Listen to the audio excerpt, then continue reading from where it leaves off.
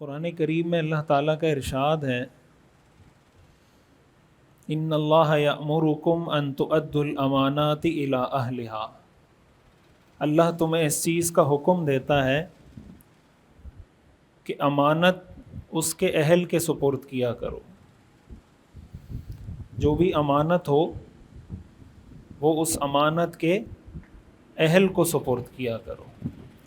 وَإِذَا حَكَمْتُمْ بَيْنَ النَّاسِ، اور جب لوگوں میں فیصلہ کرنا پڑ جائے، أَن تَحْكُمُوا بِالْعَدْلِ، تو انصاف کے ساتھ فیصلہ کیا کرو۔ إِنَّ اللَّهَ نِعِمَّا يَعِظُكُمْ بِهِ، اللہ تعالیٰ فرماتے ہیں کہ اللہ تمہیں کتنی پیاری پیاری نصیحتیں کرتا ہے۔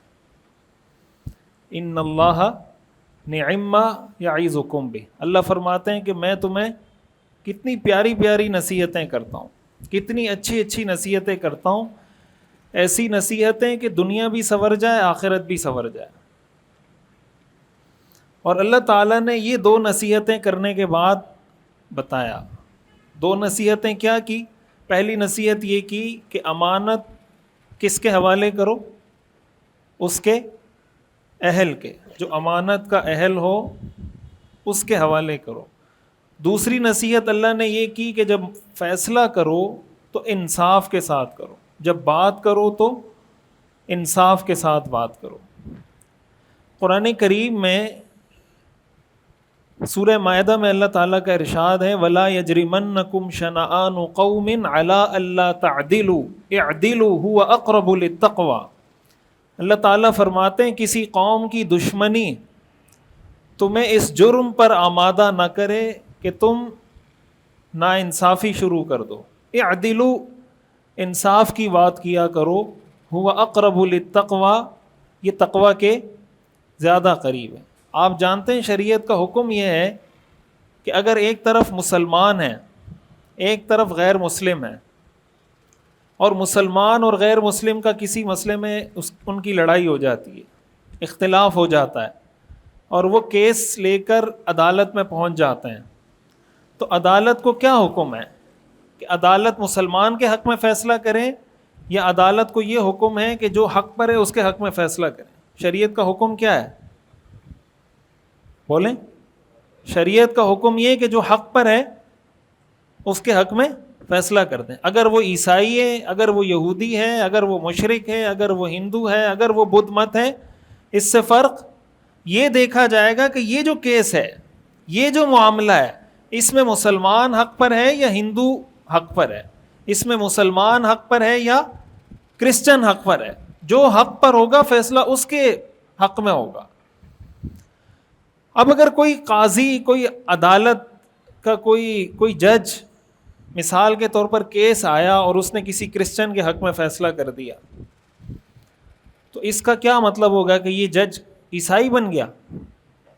بولیں، اس کا کیا مطلب ہے کہ یہ عیسائی بن گیا؟ اس کا مطلب ہے کہ یہی مسلمان ہے۔ ایسے موقع پر اگر وہ کرسچن کے حق میں فیصلہ نہ کرتا، اس کا مطلب یہ صحیح مسلمان نہیں ہے۔ اس کے صحیح مسلمان ہونے کی نشانی یہ ہے کہ وہ ایسے موقع پر کس کے حق میں فیصلہ کرے گا؟ کرسچن کے حق میں۔ لیکن ہمارے ہاں کیا ہوتا ہے؟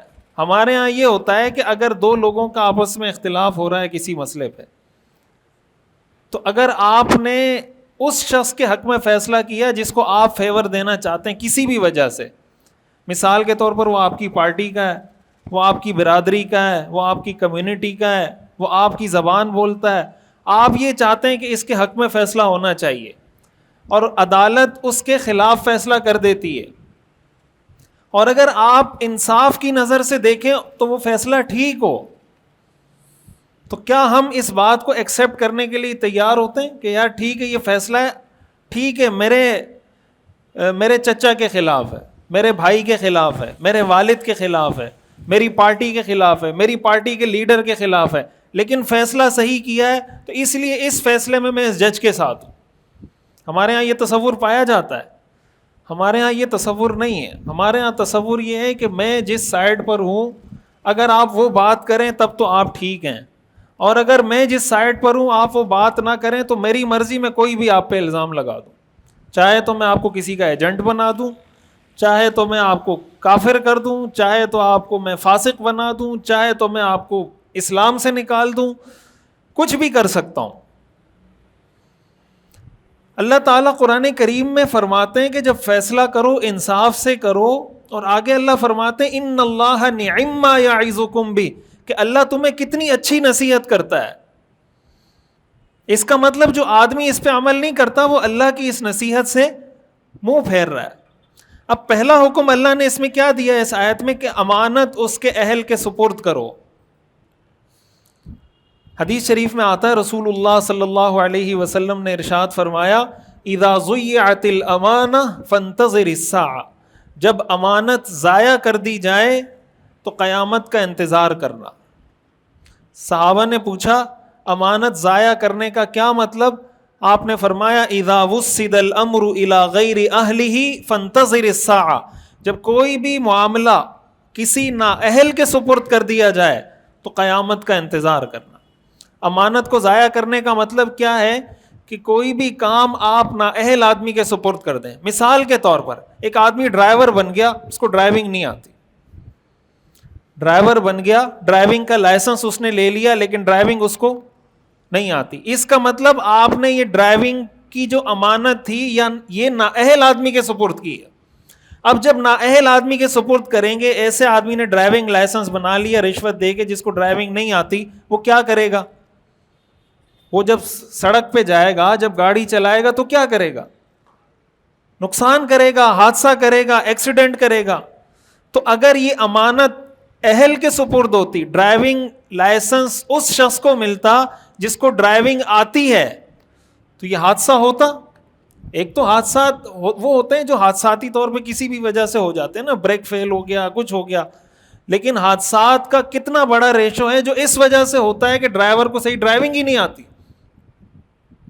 اچھا، ہم جب امانت کی بات کرتے ہیں نا تو ہمارے ذہن میں امانت کا مطلب یہ ہوتا ہے کہ میں نے آپ کو 1000 روپے دیے، آپ کو کہا کہ مجھے سال بعد دے دینا، آپ سال بعد آئے، میں نے آپ کو، ہم سمجھتے ہیں صرف یہ امانت. یہ سارے ہمارے ہاں جتنے عہدے ہیں، جتنے کام ہیں، مثال کے طور پر کوئی آدمی، اب ہمارے یہاں بنیادی مسئلہ کیا ہے؟ اکثر میں یہ بات عرض کرتا ہوں، میں دوبارہ یہ بات کہنا چاہتا ہوں کہ ہم میں سے ہر آدمی دوسرے کے کام کا ایکسپرٹ ہے.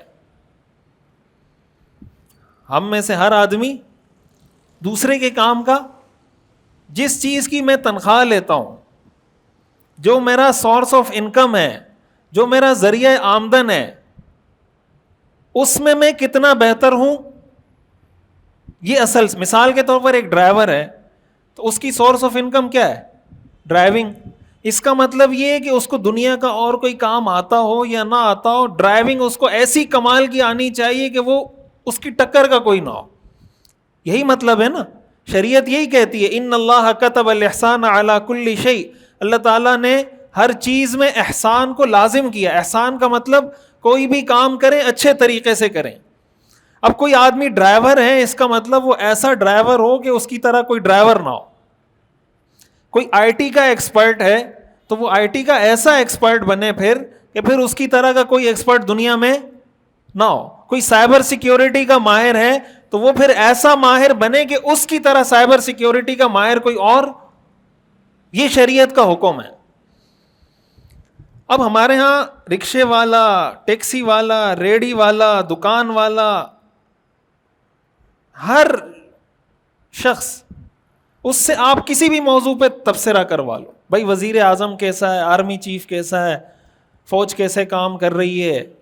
وزیر اعظم وہ کہے گا نہیں، آرمی چیف کو یوں نہیں یوں کرنا چاہیے، اور کور کمانڈر کو یوں نہیں یوں کرنا چاہیے، وزیر اعظم کو یہ کام یوں نہیں یوں کرنا چاہیے. اب وہ مشورے دے رہا ہے کس کو؟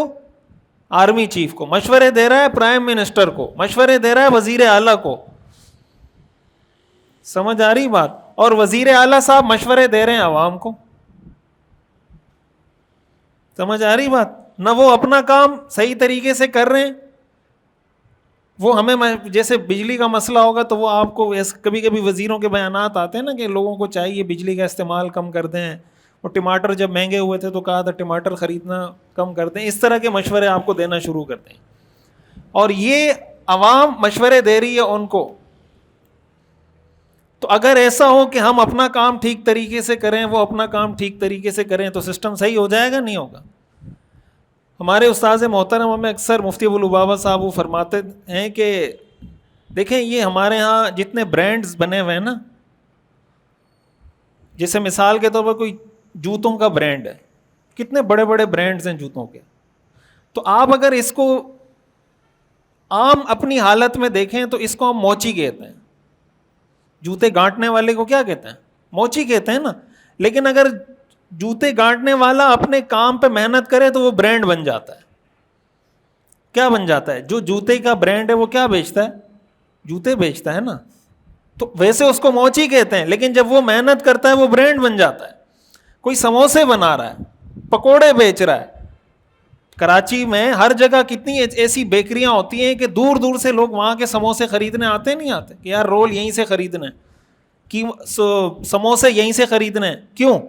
سموسے تو دنیا بھر میں ہر جگہ بن رہے ہیں, رول تو ہر جگہ تیار ہو رہے ہیں, تو آپ کسی خاص بیکری پہ کیوں جاتے ہیں؟ اس کا مطلب وہ بندہ سموسے بناتا ہے تو اس کو سموسے بنانے کا ڈھنگ آتا ہے. تو اگر سموسے بنانے والا بھی اپنے کام کے ساتھ لویل ہو نا, وفادار ہو اپنے کام کے ساتھ, اس کو اپنے کام پہ غیرت ہو. اب اگر ایک آدمی سموسے بنا رہا ہے اور اس کو سموسے بنانا نہیں آتا, اس کا مطلب امانت نااہل آدمی کے سپرد ہے, اس کو سموسے نہیں بنانے چاہیے, اس کو کوئی اور کام کرنا چاہیے. اب ایک آدمی ہے جس مثال کے طور پر ڈرائیور ہے, اب کوئی نئی گاڑی آئی, اب ہمارے لوگ پورا دن بیٹھ کے یوٹیوب پہ ٹک ٹاک پہ کیا کر رہے ہوتے ہیں؟ 4 5 گھنٹے ویسے ہی ویڈیوز دیکھ رہے ہوتے ہیں. کوئی کبھی کچھ آ گیا, کبھی کچھ آ گیا, کبھی چلتے رہتے ہیں. اب مثال کے طور پر ایک آدمی کا پکوان کا کام ہے نا, اس کو چاہیے وہ سارا دن پکوان کی ویڈیوز دیکھے. بھائی اس کی ریسیپی کیسے بنے گی, اس چیز کی ریسیپی کیسے بنے گی, یہ کھانا کیسے بنے گا, یہ ڈش کیسے تیار ہوگی. وہ اپنے آپ کو اتنا ماہر بنا دے اس کام میں, اتنی ریسیپیز وہ سیکھ لیں کہ اتنی ریسیپی کسی کو آتی نہ ہو, تو وہ کتنا کام کر لے گا, کتنا کام کر لے گا وہ. کوئی آدمی ڈرائیور ہے, وہ یہ دیکھے یار ابھی یہ نئی گاڑی آئے گی, اس نئی گاڑی کے اندر کیا کیا فنکشن ہے, یہ فنکشن میں کیسے سیکھ سکتا ہوں, یہ فنکشن کیسے کام کرتے ہیں. لیکن ہمارا مسئلہ یہ ہے کہ ہم ہر چیز کے ماہر ہیں. وہ انگریزی میں کہتے ہیں کہ Jack of every thing is master of none. جو ہر چیز کا جیک ہوتا ہے نا, وہ کسی بھی چیز میں ماسٹر نہیں ہوتا. ہر چیز میں ٹانگ اڑائی ہوئی ہم لوگوں نے. یہ نااہلی ہے کہ کسی آدمی کے ذمے آپ وہ کام لگا دیں, یا آپ لگا دیں یا وہ خود لگا دیں. اب ہمارے ہاں کیا ہوتا ہے, حدیث شریف میں آتا ہے, اسی امانت سے متعلق جب حدیث حضور علیہ الصلاۃ والسلام نے فرمائی نا کہ نااہل کو امانت سپرد کر دی جائے, حضور علیہ الصلاۃ والسلام نے ارشاد فرمایا سیأتی علی الناس سنوات خداعات, کہ لوگوں پر کچھ دھوکے والے سال آئیں گے, دھوکے سے بھرے ہوئے سال آئیں گے. اور آپ نے اس کی تشریح کی کہ دھوکے والے سال کیا مطلب. آپ نے فرمایا یصدق فیہا الکاذب ویکذب فیہا الصادق. اس زمانے میں سچے کو جھوٹا سمجھا جائے گا, جھوٹے کو سچا سمجھا جائے گا. یؤتمن فیہا الخائن ویخون فیہا الامین. امانت دار کو کرپٹ سمجھا جائے گا, کرپٹ کو امانت دار سمجھا جائے گا. اور آپ نے فرمایا وَيَنْتِقُ فِيهَا الرُّوَيْبِضَةُ, کہ رویبضہ, آپ نے یہ لفظ استعمال کیا کہ یہ لوگ باتیں کرنا شروع کر دیں گے. صحابہ نے پوچھا رویبضہ کیا چیز ہے؟ آپ نے فرمایا رجل تافہ, الرجل التافہ, معمولی سا بیکار سا آدمی, یتکلم فی امر العامہ, جو ملک کے, قوم کے, اسٹیٹ کے بڑے مسائل ہیں, ایک چھوٹا سا آدمی ان موضوعات پہ اپنی رائے دینا شروع کر دے گا. رجل تافہ یتکلم فی امر العامہ, یہ صحیح حدیث ہے. یہ آپ نے وضاحت کی کہ امانت کسی نااہل کو سپرد کرنے کا کیا مطلب ہے. اب آپ نے فرمایا کہ سچے کو جھوٹا سمجھا جائے گا, جھوٹے کو سچا سمجھا جائے گا. اب مثال کے طور پر ہمارے ہاں، مثال کے طور پر آپ کوئی ای کامرس سے متعلق کوئی کام کر رہے ہیں، آپ کوئی پروڈکٹ سیل کر رہے ہیں. اب پروڈکٹ جب آپ سیل کرنے جاتے ہیں، آپ کو اس پہ ریویو چاہیے، آپ کو اس پہ لوگوں کا فیڈ بیک چاہیے کہ بھائی یہ پروڈکٹ کیسی ہے، اس آدمی کی لوگوں کے ساتھ ڈیلنگ کیسی ہے. اب آپ کو پازیٹیو ریویو چاہیے. اب ہمارے ہاں لوگ کیا کرتے ہیں، جھوٹے ریویو. جیسے مثال کے طور پر میں گھڑی بیچ رہا ہوں نا، اب میں چاہتا ہوں کہ یہ گھڑی زیادہ لوگ خریدیں. اب اس کا طریقہ کیا ہے؟ اس کا طریقہ یہ، جب آپ آن لائن کام کر رہے ہوتے ہیں کہ آپ کو آ کے لوگ سٹار دیتے ہیں کہ یہ 4 سٹار ہے، یہ 4.2 ہے، 4.5 ہے. اس حساب سے لوگوں کو اعتماد ہوتا ہے کہ یار یہ آدمی قابل اعتماد ہے. اس کو مثال کے طور پر لوگوں نے 4.5 سٹار دیے ہیں. اور یہ سارے جو ریویو ہوتے ہیں جھوٹے ہوتے ہیں. سب ایسا نہیں کرتے، لیکن یہ بہت زیادہ چل رہا ہے کہ اب میں گھڑی بیچ رہا ہوں، مجھ سے لوگ اس وقت خریدیں گے مثال کے طور پر جب میری پوسٹ پہ وہاں پر مثال کے طور پر 100 لوگوں کے پازیٹیو کمنٹ ہوں گے. اب 100 لوگوں کے پازیٹیو کمنٹ میں کیسے لوں؟ تو میں آپ کو کہوں گا یار جا کے اس پہ کمنٹ کرو، آپ کو کہوں گا 10 آئیڈیاں خود بنا لوں گا، جا کے کمنٹ کروں گا کہ پروڈکٹ بڑی بہترین ہے اور یہ جو ڈیلر ہے بڑا بہترین ہے، حالانکہ نہ اس نے خریدی ہے نہ اس نے پروڈکٹ استعمال کی. یہ کیا ہے؟ یصدق فیہ الکاذب ویکذب فیہ الصادق. سچے کو جھوٹا سمجھا جا رہا ہے، جھوٹے کو. اب جو آدمی صحیح پروڈکٹ بیچ رہا ہے لیکن اس کے پاس ریویو نہیں ہے، اس کے پاس کوئی ایسے ریویوز نہیں ہے کہ لوگ آ کے دیکھیں کہ یار لوگوں نے. اچھا، اب دوسرا مسئلہ کیا ہوتا ہے ہمارے ہاں؟ مسائل بھی بہت ٹیکنیکل قسم کے. جو نیک لوگ ہوتے ہیں وہ کہتے ہیں نہیں میں ایماندار ہوں، مجھے کسی کے ریویو کی ضرورت ہی نہیں ہے، میں ایماندار آدمی ہوں، میں جو گھڑی بیچتا ہوں، جو میں نے اسپیسیفیکیشن جو کنفیگریشن لکھی ہے بالکل سیم وہی چیزیں، بالکل شریعت کے مطابق حلال طریقے سے جائز کاروبار کر رہا ہوں، اس لیے مجھے کسی کے ریویو کی ضرورت. اور اس ویب سائٹ کی نیچر یہ ہے کہ جب تک ریویو نہیں آئیں گے کوئی آپ سے خریدے گا نہیں. اب جب اس سے کوئی خریدتا نہیں ہے، وہ کہتا ہے یار میں تو ایمانداری سے کام کر رہا ہوں، کوئی مجھ سے خرید ہی نہیں رہا. تو بھائی آپ کی یہ ذمہ داری تو بنتی ہے نا کہ جو آپ حقیقی ریویوز ہیں وہ تو لے کر آئے نا. اس کی مثال ایسے ہی ہے کہ جیسے یوٹیوب پہ ویڈیوز آتی ہیں نا، تو لوگ کہتے ہیں یہ علماء اصل میں یہ مفتی صاحب یہ سارا ویورشپ کا چکر ہے. یہ بیان کس لیے کر رہے ہیں؟ ویورشپ کے لیے. تو ہم آگے سے کیا کہیں گے کہ نہیں ہم یہ بیان یوٹیوب پہ اس لیے ڈال رہے ہیں کہ کوئی نہ سنے؟ کیا خیال ہے؟ ہم یہ کہیں گے کہ نہیں میں یوٹیوب پہ بیان تو ڈال رہا ہوں لیکن اس لیے ڈال رہا ہوں تاکہ 100 لوگ سن لیں بس بہت ہے، یا میں چاہوں گا کہ ملینز آف ملین لوگ سنیں اس کو؟ میں کیا چاہوں گا بھائی؟ میں تو یہی چاہوں گا اگر میں یوٹیوب پہ ڈال رہا ہوں، ایک بندہ ریکارڈ کر رہا ہے، اس کو ایڈٹ کر رہا ہے، اس کا تھم نیل بنا رہا ہے، اس پہ اتنا کام ہو رہا ہے، تو میں کیا چاہوں گا کہ لوگ نہ سنیں. ہاں اگر ایک آدمی اوٹ پٹانگ حرکت کر رہا ہے، فضول حرکتیں کر رہا ہے، ڈانس پارٹی کر رہا ہے، کوئی میوزک کوئی اس طرح کی فضول حرکتیں کر رہا ہے، اس کو ہم کہیں کہ یار تم ویورشپ کے لیے یہ کام کر رہے ہو، تب تو سمجھ میں آتا ہے. لیکن اس کا یہ مطلب نہیں کہ جو نیک آدمی یا نیک آدمی کا مطلب کوئی نیک کام کر رہا ہے، کوئی پازیٹیو کام کر رہا ہے، اس کی ویورشپ وہ یہی چاہے گا اور اس کو یہ چاہنا چاہیے اور اس کو یہ لوگوں کو بتانا چاہیے کہ میری خواہش ہے. بھائی انبیاء دنیا میں آتے ہیں، انبیاء دنیا میں کس مقصد کے لیے آتے ہیں؟ لوگوں کو دین کی دعوت دینے کے لیے، اللہ کی طرف بلانے کے لیے. تو نبی کی خواہش کیا ہوتی ہے کہ ایک آدمی مسلمان ہو. نبی کی خواہش کیا ہوتی ہے کہ ساری دنیا کیا ہو جائے؟ مسلمان ہو جائے نا. ہمارے تبلیغی حضرات کہتے ہیں نا کہ بھائی سارا عالم ہمارا جو دعوت کا مرکز ہے یا ہمارا جو دعوت کا میدان ہے وہ پورا عالم ہے. تو اب اگر کوئی کہے اچھا آپ پورا عالم، اس کا مطلب آپ کو ویورشپ چاہیے.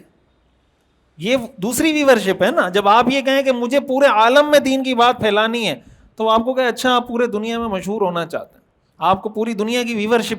بھائی انبیاء دنیا میں اسی لیے آتے ہیں. انبیاء کی قرآن میں اللہ نے حضور کو فرمایا لعلک باخع نفسک علی آثارہم ان لم یؤمنوا بہذا الحدیث اسفا.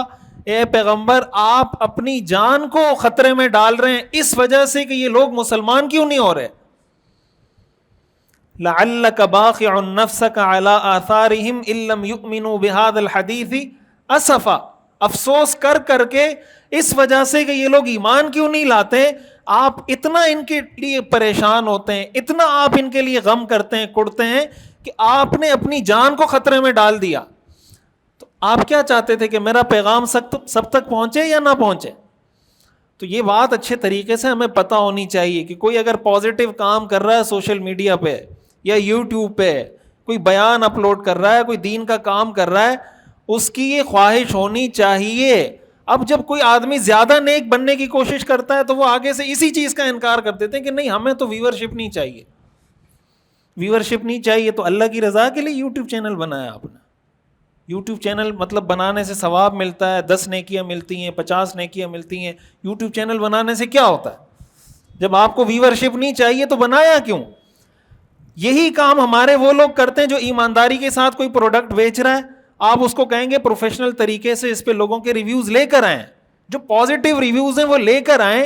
وہ کہے گا نہیں، میں ایمانداری سے کام کر رہا ہوں، مجھے کوئی ضرورت نہیں ریویو کی. نتیجہ یہ ہوگا کہ کوئی اس سے پروڈکٹ خریدے گا ہی نہیں. جب خریدے گا نہیں تو لوگ کہیں گے کہ یار دیکھو ایمانداری سے کام کرو، کوئی خریدتا نہیں ہے. مسئلہ ایمانداری کا نہیں ہے، مسئلہ یہ کہ ایک طرف آپ ایماندار ہیں، دوسری طرف آپ بے وقوف ہیں. ایک طرف آپ ایماندار ہیں، یہ اچھی بات ہے، دوسری طرف آپ بے وقوف ہیں، یہ بری بات ہے. آپ کو یہ کرنا چاہیے تھا کہ آپ کی پروڈکٹ بھی اچھی ہوتی، آپ کا کام بھی بہترین ہوتا، ساتھ پروفیشنلزم میں آپ ان جھوٹوں سے آگے بڑھتے. جب یہ ہوتا تو سچے کو سچا سمجھا جاتا، جھوٹے کو جھوٹا سمجھا جاتا. لیکن جب یہ نہیں ہوگا، سچے کو جھوٹا سمجھا جائے گا اور جھوٹے کو سچا سمجھا جائے گا. اور اس میں کردار کس کا ہوگا؟ ہمارا ہوگا. ہماری وجہ سے سچے کو جھوٹا سمجھا جا رہا ہے، جھوٹے کو سچا سمجھا جا رہا ہے. اب ہمارے ہاں چونکہ سوشل میڈیا کا دور ہے، حدیث میں آتا ہے نا کہ ان اللہ لا يقبض هذا العلم انتزاعا، کہ اللہ اس علم کو، دین کے اس علم کو ایسے نہیں اٹھائے گا کہ لوگوں کے سینوں سے علم اٹھ جائے گا کہ رات کو وہ سویا عالم تھا، صبح اٹھا تو علم ختم. ولیکن یقبضہ بقبض العلماء، اللہ اس علم کو ایسے اٹھائے گا کہ اللہ علماء کو اٹھا لے گا. حتی اذا لم یبق عالما، یہاں تک کہ جب کوئی صحیح مستند عالم نہیں بچے گا تو کیا ہوگا؟ اتخذ الناس رؤوسا جہالا، لوگ جاہل لوگوں کو اپنا سربراہ، اپنا مذہبی پیشوا، اپنا دینی رہنما بنا لیں گے. پھر کیا ہوگا؟ فسئلوا، ان سے سوال کیے جائیں گے. فافتوا بغیر علم، وہ بغیر علم کے فتوے دینا شروع کریں گے. فضلوا، خود بھی گمراہ ہوں گے. واضلوا، اوروں کو بھی گمراہ کریں گے. یہ کیا ہے؟ جب امانت نااہل کے سپرد ہو جائے. دین کی رہنمائی کرنا یہ کام تھا کس کا؟ کسی مستند عالم دین کا. حدیث میں حضور نے فرمایا کہ ایک وقت ایسا آئے گا کہ جب اللہ ایسے علماء کو اٹھانا شروع کرے گا، وہ لوگ دین بیان کرنا شروع کریں گے جن کو دین بیان نہیں کرنا چاہیے. کوئی آدمی اگر انجینئر ہے، اس کا کام ہے کہ وہ انجینئرنگ کی فیلڈ میں لوگوں کو گائیڈ کرے. انجینئر کا کام یہ نہیں ہے کہ وہ دین کے معاملات میں لوگوں کو گائیڈ کرے. اب اگر انجینئر دین کے معاملات میں گائیڈ کرنا شروع کر دے، مفتی صاحب انجینئرنگ کے معاملات میں گائیڈ کرنا شروع کر دے، اس کا مطلب امانت نااہل آدمی کے سپرد ہو گئی. اب اگر میں آپ کو انجینئرنگ سکھانا شروع کر دوں یہاں بیٹھ کے تو یہ ٹھیک ہے، میرا کام نہیں ہے. اگر میں یہ کروں گا اس کا مطلب یہ نااہل آدمی ایک کام کر رہا ہے. جو آدمی کسی کام کا اہل نہیں ہے وہ کام کر رہا ہے. میرا کام ہی نہیں ہے انجینئرنگ.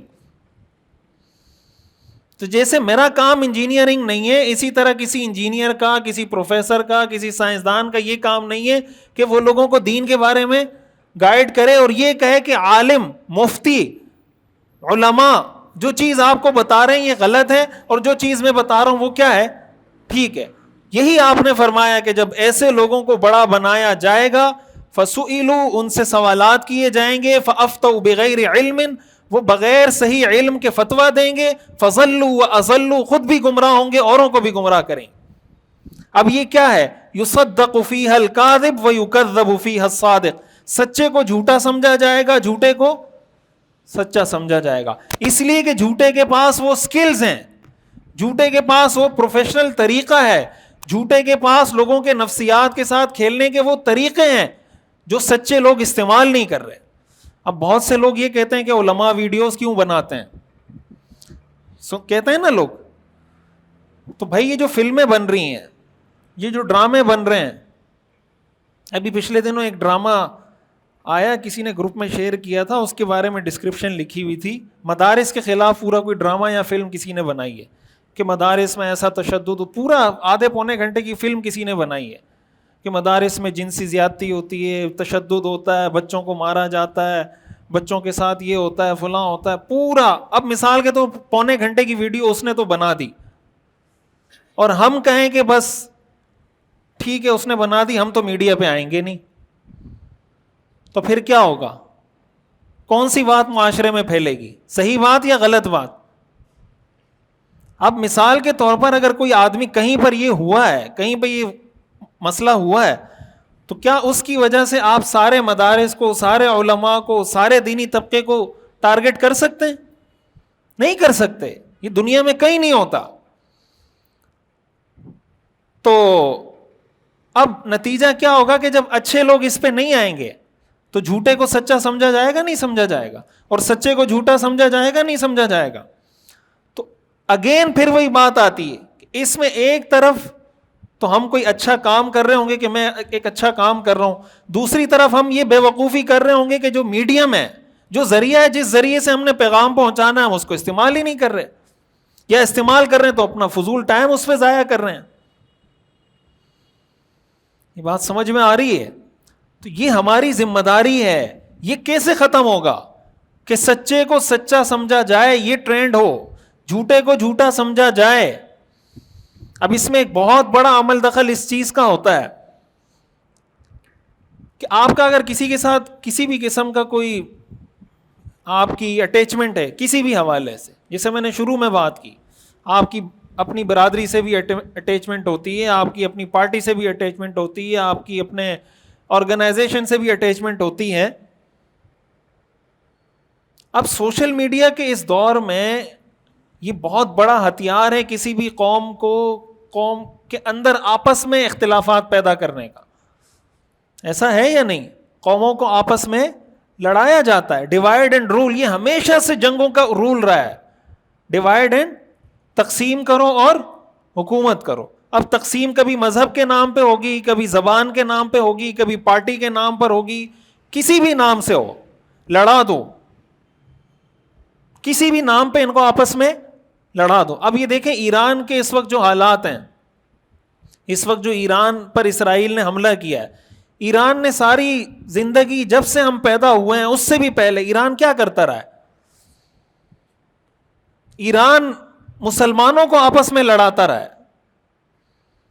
جتنے اس پٹی میں ملک ہیں, عراق ہو, شام ہو, لبنان ہو, اردن ہو, سعودی عرب ہو, یمن ہو, ان سب کے اندر آپس میں لڑوایا گیا. اب ایران اتنا کمزور ہوا کہ اس کو شام سے بھی نکلنا پڑا. شام میں ان کی حکومت بشار الاسد کی ختم ہوئی. ایران پھر کمزور ہوا, اس کو یمن سے بھی نکلنا پڑا.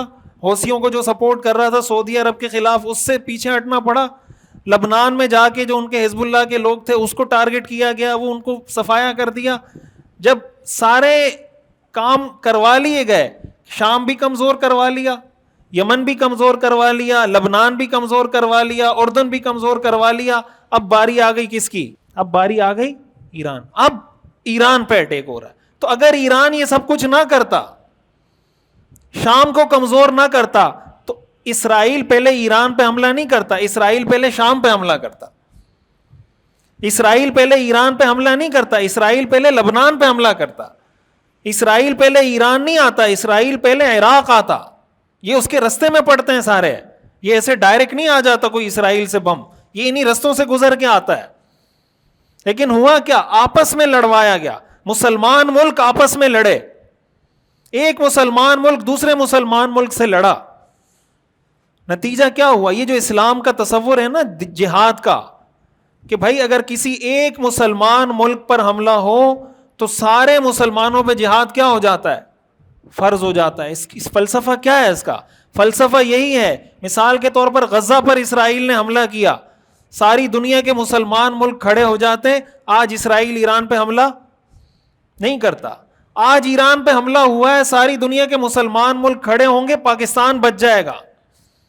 اگر ساری دنیا کے مسلمان ملک کھڑے نہیں ہوتے تو اگلا ٹارگٹ کون ہے؟ پاکستان ہے ان کا اگلا ٹارگٹ. ان کا مسئلہ ایران، شام، لبنان، اردن، عراق، سعودیہ سے نہیں ہے، ان کا مسئلہ اسلام کے نام سے ہے بس.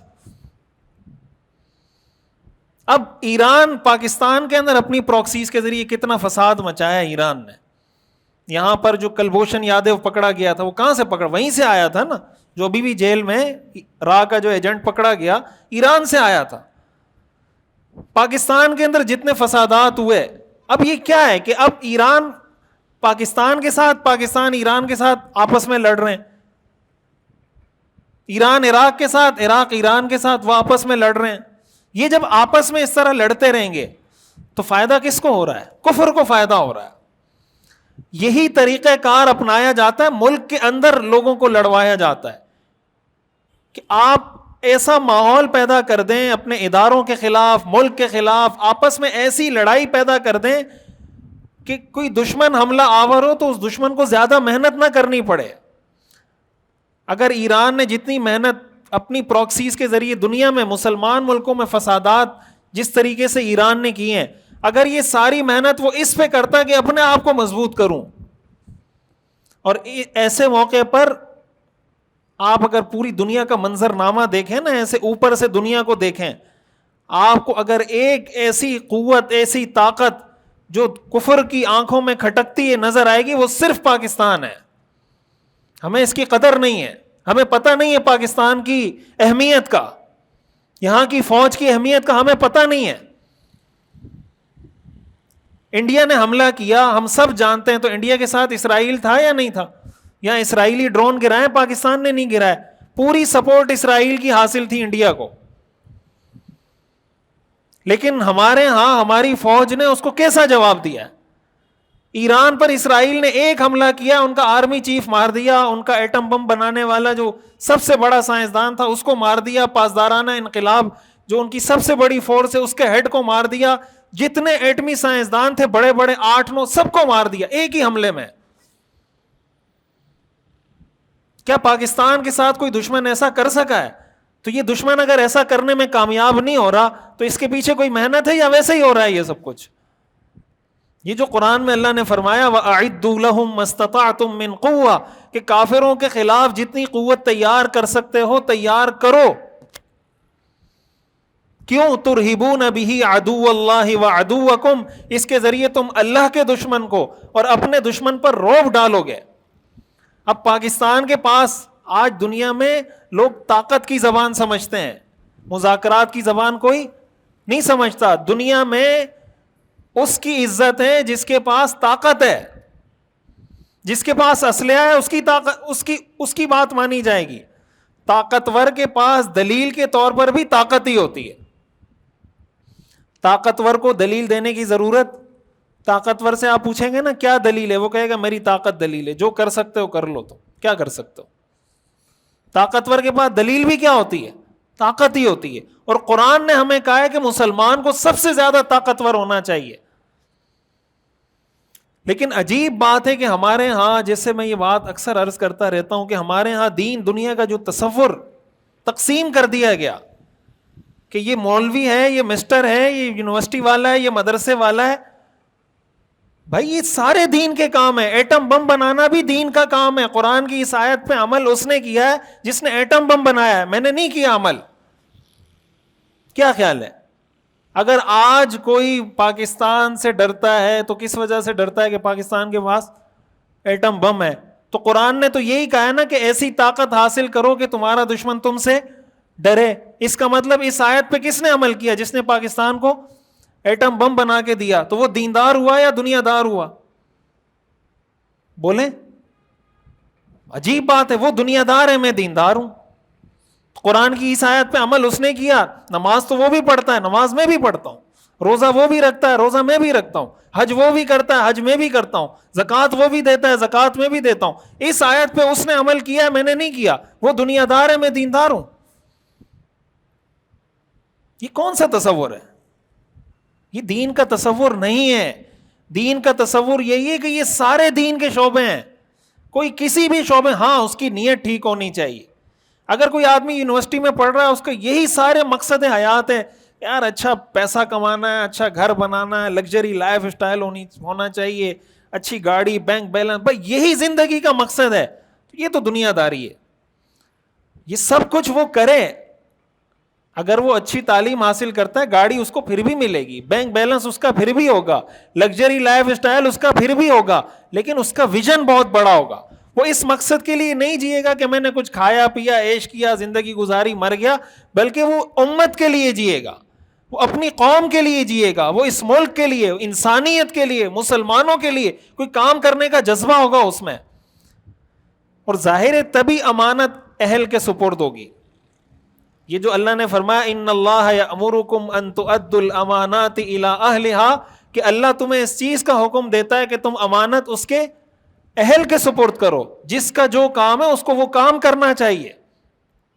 تو سوشل میڈیا پر ایک چیز ہمیں اچھے طریقے سے یہ بات سمجھنی چاہیے. سوشل میڈیا پہ کیا ہوتا ہے، ہر 4-5 دن نیا ٹرینڈ شروع ہو جاتا ہے. کوئی بات آئے گی، سارے اس پہ پوسٹیں کرنا شروع کر دیں گے، ویڈیوز بنانا شروع کر دیں گے، لکھنا شروع کر دیں گے، کمنٹس کرنا شروع کر دیں گے. 4 دن بعد وہ مسئلہ دبے گا، پھر نیا مسئلہ شروع ہو جائے گا، پھر سارے اس پہ لگ جائیں گے، پھر 3 دن بعد مسئلہ دبے گا، پھر کوئی نیا مسئلہ کھڑا ہو جائے گا. آپ مجھے بتائیں کہ کیا ہر آدمی کا ہر مسئلے پہ کمنٹ کرنا کوئی ضروری ہے؟ کیا ہر مسئلے پہ کمنٹ کرنا، ہر مسئلے پہ تبصرہ کرنا، ہر مسئلے پہ پوسٹ کرنا، کیا یہ ضروری ہے؟ کتنے ایسے لوگ ہیں جو پوسٹ کرتے ہیں، بعد میں کہتے ہیں یار پتہ نہیں تھا، وہ جھوٹی خبر تھی، ویسے ہی میں نے پوسٹ کر دی. وہ بعد میں پتہ چلا یہ اے آئی جنریٹڈ ویڈیو تھی، میں نے ڈال دی، مجھے پتہ نہیں تھا. بھائی آپ کو جلدی کس چیز کی ہے؟ آپ کوئی آرمی چیف لگے ہوئے ہو، کوئی خفیہ انٹیلیجنس ادارے کے آپ سربراہ ہو، کہ آپ اگر یہ ویڈیو ریلیز نہیں کرو گے تو آپ سے آپ کا باس پوچھے گا کہ آپ نے ویڈیو ریلیز کیوں نہیں کی، آپ نے پوسٹ کیوں نہیں کی. بھائی آپ کو فیس بک اس چیز کی اجازت دیتا ہے، یوٹیوب اس چیز کی اجازت دیتا ہے کہ جب جس موضوع پہ جو بولنا چاہے بولیں. اللہ اس چیز کی اجازت نہیں دیتا. اللہ اس چیز کی اجازت نہیں دیتا کہ جب جس موضوع پہ جو بولنا چاہیں بولیں. اللہ تعالیٰ فرماتے ہیں ما یلفظ من قول الا لدیہ رقیب عتید، اور ولا تقف ما لیس لک بہ علم. اللہ فرماتے ہیں جس چیز کا تمہیں علم نہیں ہے اس بارے میں کچھ مت بولا کرو. لا تقف ما لیس لک بہ.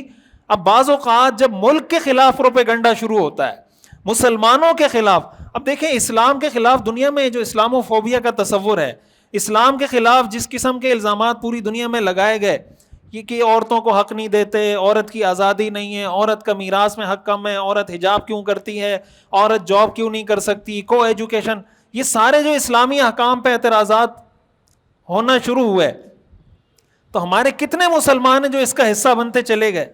وہ بھی انہی اعتراضات کو آگے بڑھانا شروع ہو گئے، بجائے اس کے کہ دفاع کرتے اسلام کے حکم کا، کہ بھئی اسلام کا حکم ہے کہ کو ایجوکیشن غلط ہے تو غلط ہے. اگر ہمارے ملک میں ہو رہا ہے تو کو ایجوکیشن سسٹم ٹھیک ہو جائے گا، وہ جائز ہو جائے گا. اللہ نے کہہ دیا سود حرام ہے تو سود حرام ہے. ہمارے ملک میں ہو، کسی بھی ملک میں ہو، سود حرام ہے. اللہ نے کہہ دیا کہ بھائی عورت کو پردہ کرنا ہے تو عورت نے پردہ کرنا ہے. اگر عورت پردہ نہیں کر رہی وہ غلط ہے. اس کے لیے دلیلیں گڑنے کا کیا مطلب؟ قرآن یہ کہتا ہے لا تقف ما لیس لک بہ علم ان السمع والبصر والفؤاد کل اولئک کان عنہ مسئولا. اللہ فرماتے ہیں تمہارے کان، تمہاری آنکھیں، تمہارا دل، ان سب کے بارے میں اللہ تم سے سوال کرے گا.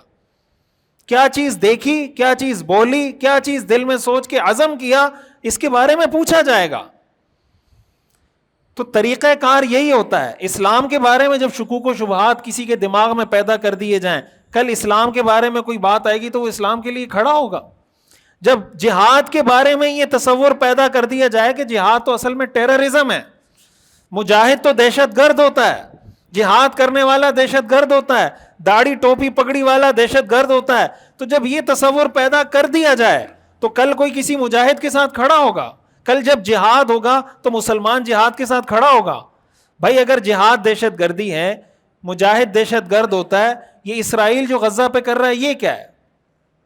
اسرائیل نے جو ایران پہ حملہ کیا یہ کیا ہے؟ اسرائیل نے جو شام پہ حملہ کیا یہ کیا ہے؟ امریکہ نے جو افغانستان پہ حملہ کیا یہ کیا ہے؟ امریکہ نے عراق پہ حملہ کیا یہ کیا ہے؟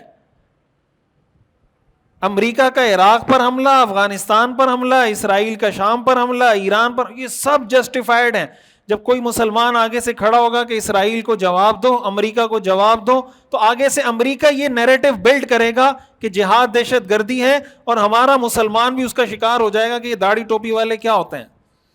یصدق فیہا الکاذب ویکذب فیہا الصادق، سچے کو جھوٹا سمجھا جائے گا اور جھوٹے کو سچا سمجھا جائے گا، صحیح کو غلط اور غلط کو.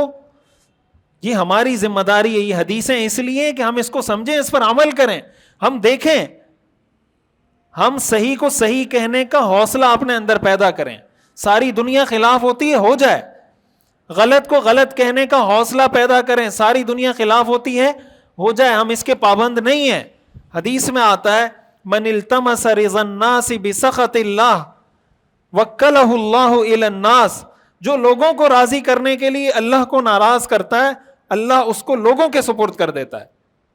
ومن التمس رضا اللہ بسخط الناس کفاہ اللہ مؤونۃ الناس، جو اللہ کو خوش کرنے کے لیے لوگوں کو ناراض کر دیتا ہے، اللہ اس کے لیے کافی ہو جاتا ہے. ہم اس چیز کے مکلف ہیں کہ صحیح کو صحیح کہیں اور غلط کو غلط کہیں. اور یہ ہمیں پتہ ہونا چاہیے کہ سوشل میڈیا پہ کیا چل رہا ہے، مجھے کس چیز میں حصہ لینا ہے، کس چیز میں حصہ نہیں لینا. کوئی پازیٹیو کام ہو رہا ہے اس میں حصہ لیں، کوئی پروپیگنڈا ہو رہا ہے، کوئی غلط بات ہو رہی ہے اسلام کے خلاف، مسلمانوں کے خلاف، اس کا حصہ نہ بنیں. اس کی اپوزٹ جو محنت ہو رہی ہے اس کا حصہ بننے کی کوشش کریں. اللہ تعالی ہمیں سمجھنے کی اور عمل کرنے کی توفیق عطا فرمائے. آخر دعوانا الحمدللہ رب العالمین.